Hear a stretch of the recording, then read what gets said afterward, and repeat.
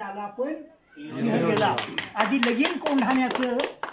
लगीन कोंढाण्याचं मग करीन माझ्या रायबाचं असं म्हणून तानाजी मालुसरे आपल्या लाडक्या मुलाच्या लग्नाचं आमंत्रण देण्यासाठी महाराज नुकतेच आग्र्यावरनं सुटला. आपण एक त्यामध्ये 1966 साली 1666 साली छत्रपती शिवाजी महाराज आग्र्यावरनं सुटले आणि आग्र्यावरनं सुटका म्हणून महाराज असणाऱ्या हद्दीच्या अंतरावर राजगड किल्ला राजगड ही राजधानी असताना राजगडावरनं जिजामातेनं बोठानं किल्ला दाखवला.